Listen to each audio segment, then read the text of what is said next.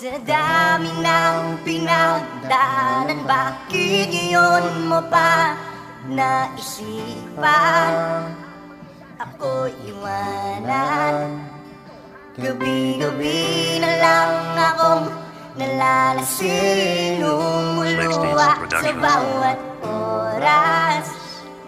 dahil wala ka na.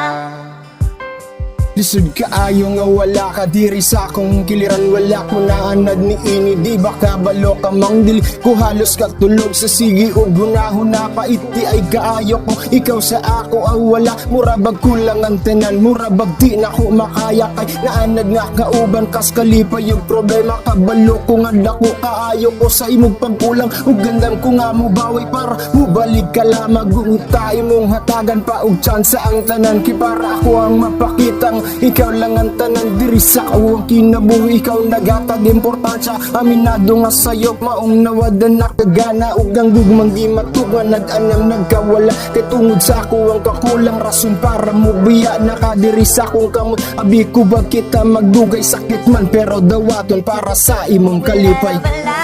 akong kasabay na uuwi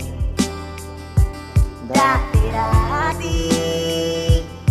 kasabay kang tatuwid, wala na palang mag-aalala tuwing nalalasing. Dati-dati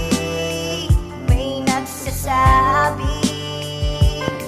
Unong katuig og pito kabulan tanga nagkauban na lang katuig og pito og gabi kog walayot lana na lang katuig og pito pero dili day importante di sukod daw ang kadugay og dapat daw makampante sa kung unsa may karon og mauniyang masakit nga nagtulod na ko para matilawan ng kapait sa paghigugma og dili di ay puro na lang kalipay ang kaguulog ang sakit partido para mula hutay og maanad nga wala na siya sa imong hang tapadong magpadayon sa kinabuhi dayon sa pagpatan maski ako nalay isa tumanon ko ang atong plano ako paghihapon ng lalaking nagmahal walay nagbaw diha kanimo og iampo ko na lang kining tanan nga unta sa akong pagmata mawala nang nabatian ko nga sakit nga nakuha sukod sa imong pagbiya dili ka angay nga basulon kay ako ni mismo nga sala.